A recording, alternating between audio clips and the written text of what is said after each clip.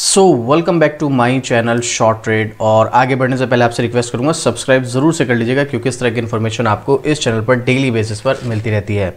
आज जो मैं आपके लिए स्टॉक लेकर आया हूं, वैसे तो वो एक पेनी स्टॉक की कैटेगरी है। 4 रुपये 4.5 रुपये के आसपास स्टॉक का प्राइस है, उसमें लगा हुआ है अपर सर्किट। अब इस स्टॉक में देखो, आप किसी भी स्टॉक में अगर जा रहे हो तो अपर सर्किट लोअर सर्किट वाला अगर स्टॉक है तो वहाँ पे रिस्क जो है ऑटोमेटिक बहुत ज़्यादा बढ़ जाता है। रीज़न, अपर सर्किट लग रहा है अच्छी बात है, लेकिन जब लोअर सर्किट लगता है तो आप उसमें प्रॉफिट हो या लॉस हो कुछ भी बुक ही नहीं कर सकते, उसको सेल ही नहीं कर सकते अगर उसमें लोअर सर्किट लगा हुआ है, तो ये प्रॉब्लम होती है। अब मैं जिस स्टॉक की बात कर रहा हूँ वो है यहाँ पर housing development and infrastructure limited, जिसको हम शॉर्ट फॉर्म में HDIL के नाम से भी जानते हैं।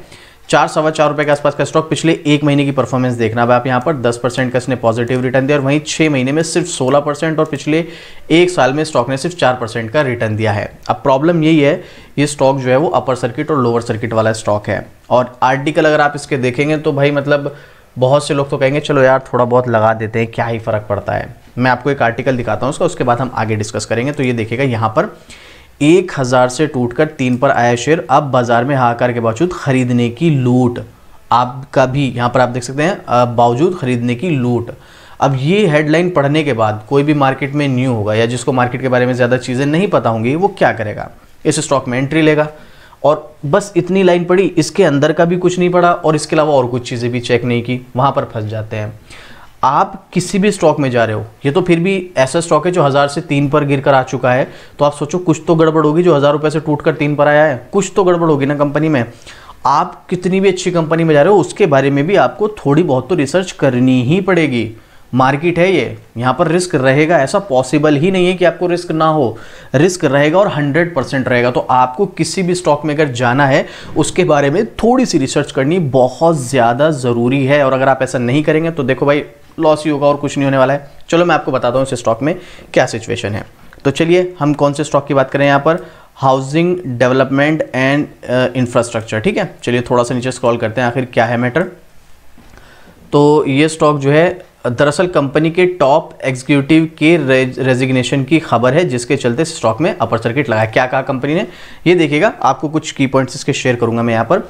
हाउसिंग डेवलपमेंट एंड इंफ्रास्ट्रक्चर के शेयर बाजार को बताया है कि कंपनी के CFO CS ने इस्तीफा दिया है।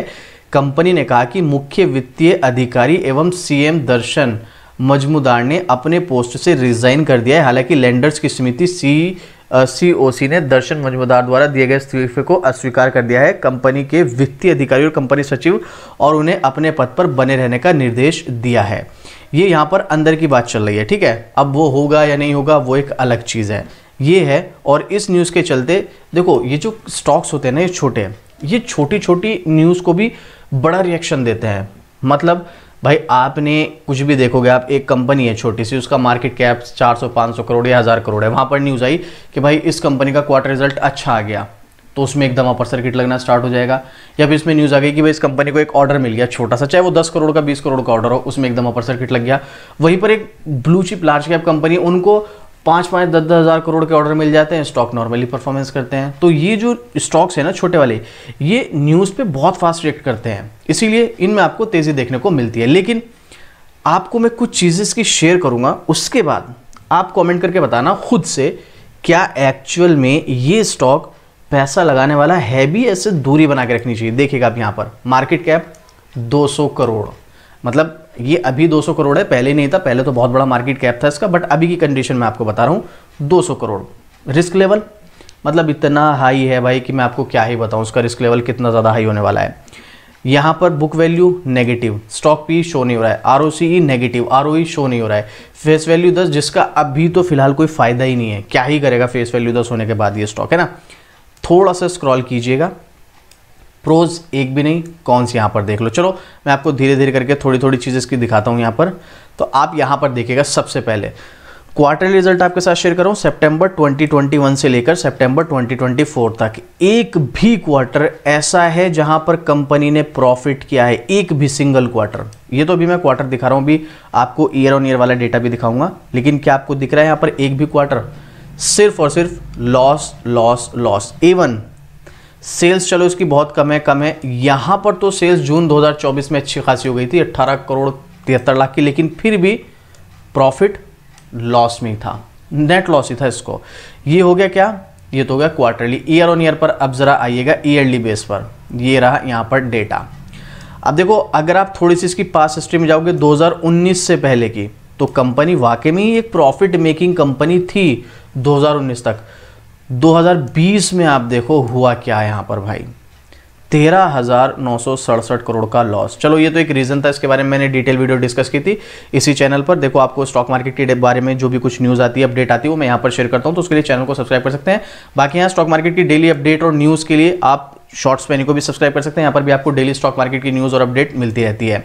तो यहाँ पर ये हुआ मार्च 2020 में, उसके बाद से 21, 22, 23, 24 और अभी फाइनेंशियल ईयर 2025, एक भी साल ऐसा नहीं है जहां पर कंपनी का लॉस खत्म हो रहा हो और कंपनी प्रॉफिट की तरफ बढ़ रही हो। सिर्फ और सिर्फ लॉस लॉस लॉस। अब आप खुद बताओ, इस स्टॉक में जब कंपनी पिछले 5 फाइनेंशियल ईयर से 6 फाइनेंशियल ईयर से लॉस मेकिंग है, आप कैसे इसमें पैसा लगा के ग्रोथ कर सकते हो? चलो यहां तक भी ठीक है। अब जरा यहां पर आइएगा, सेल्स ग्रोथ देखो, लास्ट 10 ईयर और 5 ईयर की नेगेटिव, चलो 3 साल की ठीक है, और लास्ट ईयर की तो ज़रूरत से ज़्यादा ही है, इसको तो इग्नोर ही करो, ज़्यादा बेटर है। प्रॉफिट ग्रोथ कुछ है, इसके अलावा चलो स्टॉक प्राइस सीजीआर कुछ है, रिटर्न ऑन इक्विटी शो ही नहीं हो रही है। एक भी डेटा यहाँ पर ऐसा नहीं है जिसके बिहाफ पर हम ये बोल सकें कि नहीं यार चलो इस डेटा को देखने के बाद तो हम बोल सकते हैं कि इस स्टॉक में थोड़ा बहुत लगा के रखना चाहिए। मेरा पर्सनल ओपिनियन है, मैं फिर से रिपीट करूँ, हो सकता है मैं गलत हूँ, क्योंकि इस तरह के जो स्टॉक्स होते हैं ना वो पैसा 2 गुना 3 गुना तो बहुत आसानी से कर देते हैं, लेकिन कर देंगे पर फंसा भी देंगे। क्यों? अभी 4 रुपये पर है, मान लो अपर सर्किट लगता रहा ये 8-10 रुपये तक पहुँच गया, आप खुश, मेरा पैसा 2.5 गुना हो गया। लेकिन उसके बाद जैसे लोअर सर्किट लगा, करोगे क्या उस 2.5 गुना पैसे का? जब लोअर सर्किट में सेल करके एग्जिट ही नहीं हो पाओगे, जब प्रॉफिट ही बुक नहीं कर पाओगे, तो उस 2.5 गुना 3 गुना पैसे का क्या करना है? ये है प्रॉब्लम इस स्टॉक में।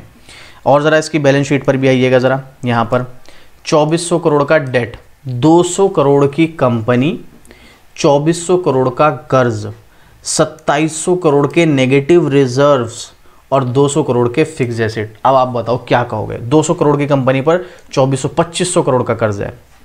चलो वो एक अलग बात है, पहले 3000 करोड़ का हुआ करता था, अभी तो फिलहाल 2500 करोड़ का कर्ज 200 करोड़ की कंपनी पर। कमेंट करके बताओ आपका क्या ओपिनियन है, जबकि इसके पास रिजर्व्स भी जो एक टाइम में 11,200 करोड़ के हुआ करते थे, 11,250 करोड़ के, वो आज की डेट में 2700-2800 करोड़ के नेगेटिव हैं।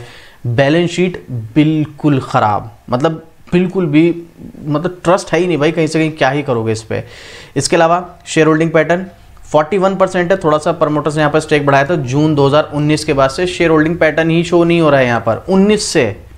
अभी 2019 के बाद से 20 चला गया, 21, 22, 23, 24 भी चला गया, और यहाँ पर शेयर होल्डिंग पैटर्न ही अभी तक अपडेट नहीं हुआ है। अब बताओ आप क्या करोगे इस तरह के स्टॉक्स में जहाँ पर कुछ भी आपको देखने को नहीं मिला? एक भी डेटा फाइनेंशियल शीट में ऐसा नहीं है जिसके बिहाफ पर यह कहा जा सके कि हाँ इस स्टॉक में इस बेस पर तो एटलीस्ट यहाँ पर इन्वेस्ट करना चाहिए। प्रॉब्लम क्या है ना, जो भी नए लोग आते हैं वो क्या करते हैं, ये देखा न्यूज़ आई, सबसे पहली वाली लाइन पढ़ी, 1000 से 3 पर आ गया, अब हाहाकार के बावजूद खरीदने की लूट, कुछ तो न्यूज़ होगी, चलो बाय कर लो। और ये कौन देखेगा भाई? यहाँ पर सब कुछ डेटा मिसिंग है, कुछ समझ नहीं आ रहा है। इसको देखने के बाद आप क्या कहोगे? भाई ये सब चीज़ें देखने के बाद ना एक बात तो क्लियर समझ लो, ये स्टॉक इतना ज़्यादा रिस्की है कि अगर आप इसमें 2 रुपये भी लगा रहे हो ना, सिर्फ 4 रुपये का एक स्टॉक भी खरीद रहे हो, मेरे हिसाब से वो भी ठीक नहीं है। और ये मेरा पर्सनल ओपिनियन है, मैं फिर से रिपीट कर दूं, मेरा अपना ओपिनियन होता है, आपको क्या करना है क्या नहीं करना है ये आपका डिसीजन है। आपको किसी भी स्टॉक में इन्वेस्ट करना है, लेकिन उसके बारे में थोड़ी सी जानकारी, उसके बारे में रिसर्च करना ज़रूरी है। अगर नहीं करोगे तो देखो आप अपना पैसा कुएं में डाल रहे हो। बाकी तो आपकी मर्जी है, आप समझदार हैं, आपको जो भी ठीक लगता है देखिएगा, बट इस स्टॉक में पैसा लगाना बिल्कुल वेस्ट ऑफ मनी है और कुछ नहीं है। टेक्निकल, वैसे तो इस तरह के स्टॉक्स पे टेक्निकल काम ही नहीं करते हैं, लेकिन फिर भी आप देख लो ये स्टॉक जो है, मैं इसको जूम आउट करता हूँ तो देखो कितने टाइम से एक रेंज में है, थोड़े बहुत उतार चढ़ाव चलते हैं, अभी से नहीं भाई, यहाँ से देखो 19-20 से स्टॉक इसी रेंज में चल रहा है, 19 से ऑलमोस्ट 5 साल हो गए, और अभी ये भी नहीं पता, हो सकता है अगले 5 साल इसी रेंज में चले, ये भी नहीं पता। यहाँ पर रिस्क लेवल बता रहा हूँ मैं आपको, कमेंट करके बताओ अभी भी ये सब डेटा देखने के बाद क्या आपको लगता है कि इस स्टॉक में इन्वेस्ट करना चाहिए? चाहे वो एक लिमिटेड अमाउंट हो। मैं आपको बोलता हूँ अगर आप रिस्क लेना चाहते हो कि लिमिटेड अमाउंट के साथ जा सकते हो, लेकिन इस स्टॉक में तो एक लिमिटेड अमाउंट भी लगाना मुझे तो ठीक नहीं लगता है ना। आपको क्या लगता है, एक लिमिटेड अमाउंट भी इस स्टॉक में लगाना ठीक है? आप मुझे कमेंट करके बताइएगा, क्योंकि मुझे बिल्कुल भी ठीक नहीं लगता है। बाकी देखो, आपकी मर्जी, आपका पैसा, रिसर्च करो, अपने फाइनेंशियल एडवाइजर से सलाह लो, उसके बाद आप जो बाय करना चाहते हो, होल्ड करना चाहते हो, सेल करना चाहते हो, आप देख सकते हो। बट मेरा पर्सनल ओपिनियन तो मैं आपके साथ शेयर कर चुका हूं।